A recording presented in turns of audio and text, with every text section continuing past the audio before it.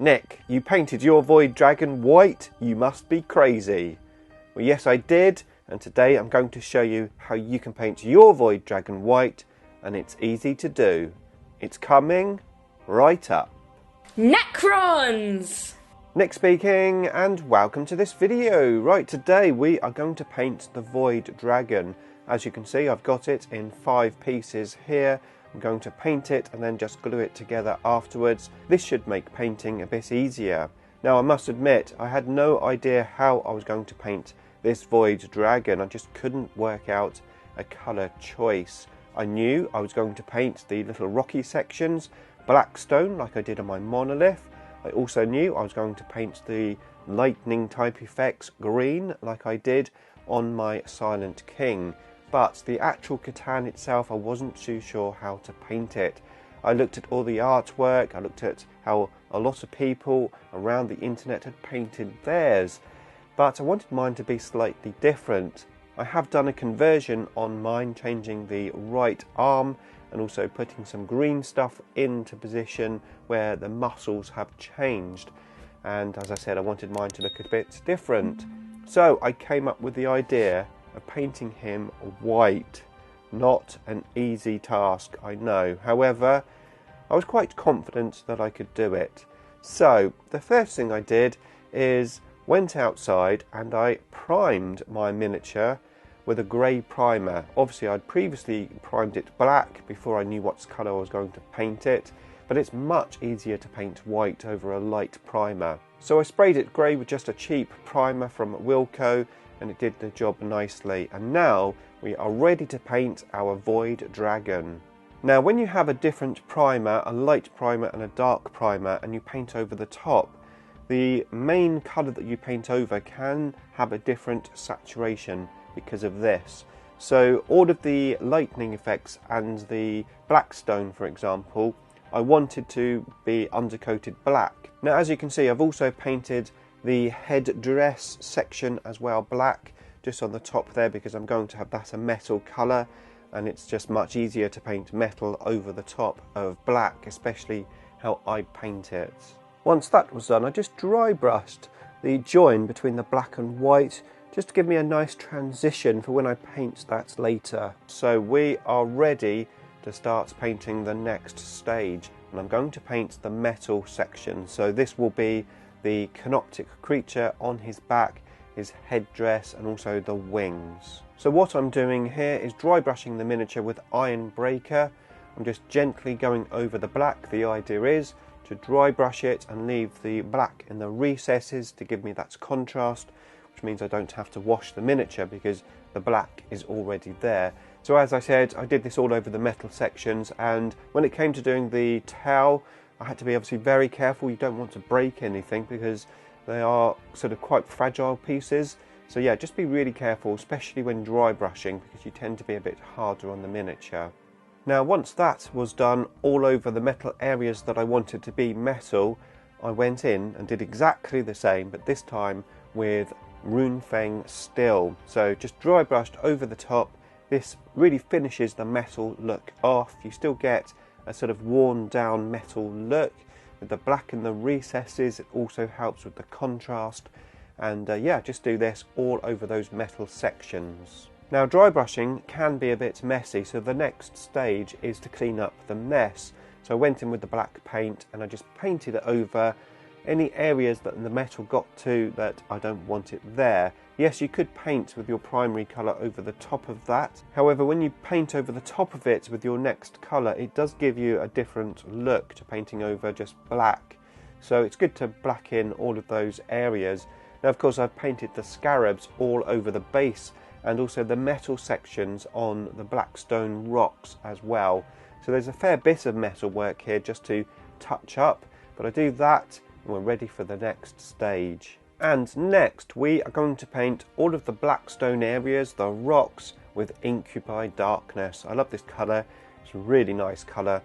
Just water your paint down slightly. I'm using a wet palette here as well. There is a link how you can make a wet palette for yourself for free, so check that out in the description below. So yeah, just paint this colour all over the black stone areas. Don't forget you've got some black stone in the wings as well to do. Once that's done, we are going to move on to the next stage, and that is to wash all of the black stone. And we are going to use, what's it called? It is called Coella Green Shade. There you go, from Games Workshop. So yeah, we're going to put this all over the black stone, and we are going to give it a good half an hour to let it dry. Now, as you can see, I'm using the lid from the paintbrush just to hold the lid open for the wash. Nice little tip. If you don't do that, it works a treat. Okay, so next we are going to dry brush back over with Ink by Darkness, the colour that we based it with. This is just going to bring that colour out and leave all of the wash in the recesses. And then once that's done, we're going to dry brush all over the black stone with Cabalite Green. We're going to try to hit all of the little edges of the black stone with this colour. Then once that's done, just to finish off the black stone, we are going to use Sybarite Green, a nice light colour. We're going to hit all of the edges that we think would benefit from this. Not every single edge, because obviously you're just going to go over the previous coat. So you just want to hit some of the outside edges where you think maybe the light would be hitting the black stone the most. So that is the black stone done. However, we've got to go back in and touch up once again, because the black stone and dry brushing is obviously generally quite messy, although if you do it carefully, this won't be too bad.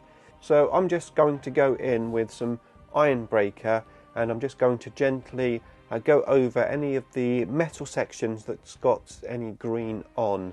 Now, you don't want to paint this too heavy because you'll end up with a big block of metal. Don't forget we dry brushed the metal originally, so not much paint on the brush, and just gently go over the metal and just take away any of that mess.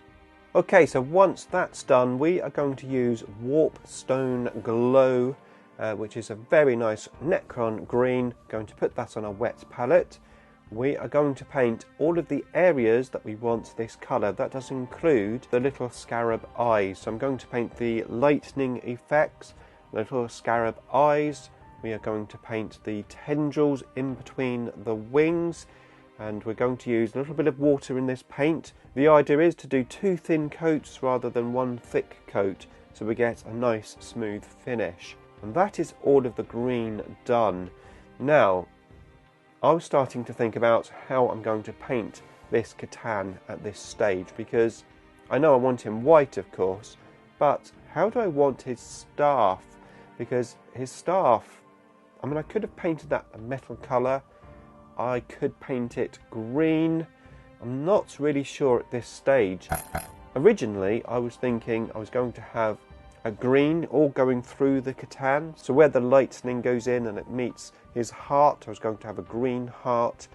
So I was thinking maybe a green staff. I was going to do a green energy like effects where all the gaps are in the C'tan. Green was the colour that I was going to paint it originally. Now, this miniature, of course, is the Void Dragon, and I went for the swirls in his face to represent the void. So I thought, well, first of all, I'm going to paint that a different colour just to help sort of bring attention to that. And I know that purple and white go together very well because I have an Eldar army and I painted them purple and white, great colours. So I thought I'd paint that void section with purple. Then I decided, well, I can't just have that purple. It's going to look really odd, like a green miniature and then just this one purple section. I need more purple. And there's not really anywhere to put purple on the sort of bottom half of the miniature. So I decided to paint his heart purple and also the top of his staff a purple colour. And I thought that would just bring purple into the miniature and maybe balance it out a little. Now, one thing I do is I do keep putting the miniature on the base, just sort of hold it into position so I can really see how the whole thing is going to look. Because obviously we are painting these two pieces separately. It's a good idea just to sort of put them into place and just get a good eye of how they're looking. Now, when I did this at this stage, I was starting to think, well, I'm going to probably have to do purple energy effects around the cracks in the body rather than my original thought of the green, because I thought that would just match the heart section quite well. I also decided I was going to paint the shaft of the staff white. So what I did is I got some Administratum grey. It's a very similar colour to the grey primer. And I just gently dry brushed the join between the purple and the grey, just to make that little transition blend. So now I had a plan of my colour scheme, and to take this a little further, I also decided that the energy thing that he's holding in his left hand is like a swirl of energy. I thought that would be good to be purple as well, just to really bring those colours together and also make sort of more sense. I mean, if he's got purple energy within his body and he's holding this thing, I think that should be purple too. So I decided to blend the lightning effects from the purple in the hand, around the heart, around the legs, into the green. And as you can see, now the colours are really starting to come together. I've got my purples laid down, I've got my greens laid down, and I'm ready to paint the white. Okay, so I've painted white quite a lot previously. I've made a video on how to paint white over black. I've also painted, as I said, my Eldar. 50% of it is white, and I went for a nice bright white on my Eldar. So I know how to paint white. However, I wanted to try something a little different with this guy. I wanted more of a ghostly type white. I mean, after all, this is, well, it's not a person, it's a C'tan, but you know, it's not an item, it's like something living. So I wanted to bring something different to the white. Now, I did do a test piece before I painted this C'tan. I just got an old Immortal and I just experimented basically with all sorts of ways to paint this white. And this is how I decided the best way would be to do it for the effects that I want. And believe it or not, it starts with a dry brush. Now, I know that dry brushing white can be quite tricky. You tend to get some flakiness. That tends to come from having a really old brush. So I used a brand new brush. I used a synthetic dry brush from Games Workshop, which doesn't splay very easily. It's a great dry brush actually. So I put some white on my wet palette, used my tissue, took that white off of my brush, and I just gently dry brushed this miniature. The aim was to leave the grey primer in the recessed areas of this miniature. Now, I was just very careful. I took my time. I made sure that I didn't have too much white on the paint, and I just built up the colour. Now, once I've gone over the whole miniature with this white colour, it's looking okay, but it is looking a little messy, especially the little join sections, let's say, between the recessed grey area and the white raised areas. You've got almost like a mottled look, I suppose, from the dry brush being a little messy, but that's okay because that's going to give us our ghostly look as we clean everything up and really make this white pop. And that is going to be the next stage. So what I did is I added some water to the white on my wet palette, and then I used a technique called feathering. Now, I have a whole video about feathering which you can watch, and it's linked up in the description below. But I feathered the white from an area that I knew I wanted the white to be very bright, so basically where the light is hitting it, the top of a muscle. I put the white onto the top of the muscle, then I feathered the white downwards towards the darker area. And I did this all over the miniature, but not just once. I did this many times, so just do one area, let it dry. Once it's fully dried, then do another layer over the top, let that fully dry, do another layer over the top. I'm envisaging this is going to take a reasonable amount of time, but it will be worth it at the end. Now here's me half an hour later, just again building up the colours, starting to take shape. As I said, I've been painting for about half an hour at this stage.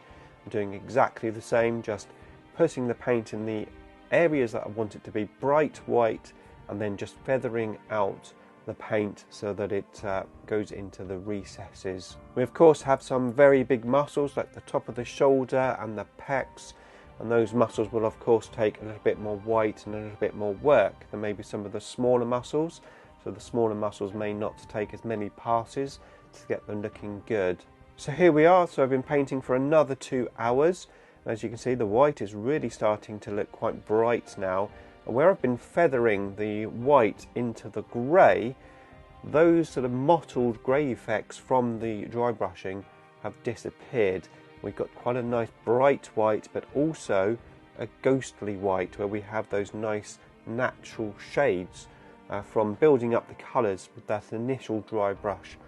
Now at this stage I'd pretty much finished the white. The white was looking really good. However, I decided just do another half an hour of feathering, Nick, because I thought that would guarantee that the white really pops, just to put that extra little bit of work in. So I did another half an hour of this feathering, and then I went in and I did an edge highlight. It wasn't a hard edge highlight, it was just a focused highlight of white on the very tops of the muscles where I wanted the white to be the brightest. So I did that all over the miniature, and then the white was finally done. I'm really happy with it. Of course we've got the energy effects to do as well, but so far I was really liking how this miniature was starting to look. So it's back to the lightning, and this time I'm using Snot Green. No, Mute Green. That's the new name, Nick. The new name. Mute Green. So I put that in my wet palette and I did some more dry brushing. I dry brushed over all of the lightning energy effects. And of course that included the lightning on the wings, and also of course around the C'tan itself, where I'd painted the green. And then once that was done, I got Necron Green on my wet palette and I dry brushed back over again. However, this one was more selective. I didn't just dry brush everywhere. I dry brushed on the little raised areas, maybe the corners of that lightning, just to really try to make it pop out. Now the Canoptic creature on his back also has orbs. I just base coated those with Warpstone Green, and then I went over with a highlight with the Mute Green. I just did a simple layering system here, so I just layered on the second coat, leaving the first coat visible on the outside edge. Okay, so next is Druchii Violet, and what I did is I put some of this in my wet palette and I added quite a bit of water, made it quite thin, almost like a glaze, and then I just glazed the little join where it's purple and white on the spear, just to really make that transition there nice and smooth. I then used the purple wash direct from the pot, and I washed all the recesses of the purple. I didn't wash all over the purple. I didn't want to make that purple really dark, just in the recesses. I also decided that I wanted the bottom of the spear to be purple, but rather than actually painting it purple, I thought I would use the wash. So I used the not watered down wash on the bottom section of the spear, and then I used the glaze just to glaze the purple into the white. Once that was fully dry, I then got Genestealer Purple, and guess what? I started dry brushing. So I dry brushed all over the purple areas, and also very carefully around the edges of the joins of the white. So basically around the heart area, I got the purple on purpose around the face, just on the sort of top section where the swirl is, and I gradually dry brushed the spear down from the top of the purple into the white, just very gently, and just went over all of the cracks and the areas where the purple meets the white, just very gently dry brushing those little raised areas. And this is what it looks like after that was done. The next stage was to add some white to Genestealer Purple, come up with a nice light purple, and then do some more dry brushing. So again, I just dry brushed everything back over again, just to give me that extra highlight. And of course I'm dry brushing the swirl in his hand, the lightning that is actually purple, the spear, his heart, and once again on the edges of all of those cracks in his body, just to help make that pop. This dry brushing is pretty controlled, just to make sure I don't go too over the top. I don't want to totally cover up all of my white work. I was very selective with this coat, and I just took my time very careful and just made sure it went in the right places. Okay, so once that was done, I got some Druchii Violet wash and I watered it right down so it was very, very thin. And I used it almost like a glaze. I went around all of those purple dry brushes around the white body and I just sort of brought the purple together with this very light coat of purple wash. I then got my dry brush, I went to the white paint and took obviously the paint off of my brush, so I hardly had any on whatsoever, and I just gently dry brushed over this area just to blend all of these colours together, just to bring the white and the purple together, just make it all look part of the same thing. Okay, so next we are going to add a little bit of gold to this miniature because, well, gold is part of my Necron colour and I just felt an extra colour would just finish him off. So I used Gehenna's gold, I gave it a good shake and I stirred it with a little stick because it's quite a red gold and I didn't want a red gold. Then I painted the little section which comes out of his chin, I'm not quite sure what that's called, but I painted that gold. And I also painted some of his headdress gold as well. Now I did consider painting all of the headdress gold like in the Games Workshop artwork, but in the end I just decided to paint almost his ears, the bottom section of that headdress gold as well. Now once that was painted and dried, I then went back in with the purple wash. Now I don't usually wash my gold purple, I usually use a brown wash or a black wash. However, I felt purple was the colour. It would just blend the gold into the rest of the miniature with that purple look. So yeah, I washed it with purple. Once it was dried, I did a little highlight, an edge highlight with the original Gehenna's gold paint. Next up, I went to the base. So I used some PVA glue and I put some sand onto the base, let that fully dry, and then I painted it black. A couple of coats of black, nice thin coats. You don't want to go too thick when you're painting over sand because it just won't look very good. And then once that was done, I just dry brushed the sand with Dawnstone Grey. And lastly, I painted the rim of the base with black. And all I had to do was glue him together and he was done. And here he is in his full glory. I'm really happy how he came out. I'm very happy that I chose to go for white. I think the white is a nice contrast to the rest of the miniature and I'm really liking how he looks. Hopefully you do too. Let me know in the comments box below. And if you enjoyed this painting tutorial, here is all of my other Necron painting tutorials and some videos that I think you might enjoy that are related to what I did in this video.